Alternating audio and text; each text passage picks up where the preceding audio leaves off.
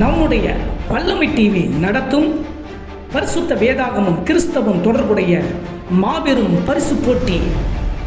100 நாள் 100 கேள்வி 100 பரிசுகள், தினந்தோறும் ஆசீர்வாத பரிசு மழை, அனைவருக்கும் மேலும் பல ஆச்சரியமூட்டும் பரிசுகள்.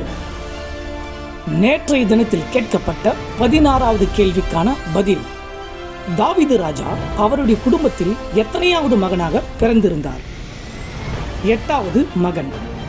1 சாமுவேல் 16வது அதிகாரம் 10வது வசனம் 11வது வசனத்தை நாம் வாசித்தால் நமக்கு புரியும். அநேக தேவனுடைய பிள்ளைகள் மிக ஆர்வத்தோடு பதில் கொடுத்து கொண்டு வருகிறீர்கள். அநேகர் சரியான பதிலை எழுதி அனுப்பியிருந்தீர்கள். சரியான பதில் எழுதி அனுப்பிய அனைத்து தேவனுடைய பிள்ளைகளுக்கும் வாழ்த்துக்கள்.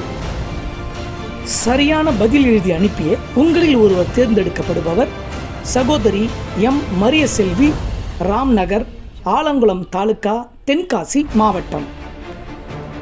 கர்த்தர் உங்களை ஆசீர்வதிப்பாராக. நம் வல்லமை டிவி உங்களை வாழ்த்துகிறது. இன்றைய தினத்துக்கான 17வது கேள்வி. கிறிஸ்து நமக்காக மரித்ததினாலே நீங்கள் எதை சரியாக விளங்கிக் கொண்டீர்கள்?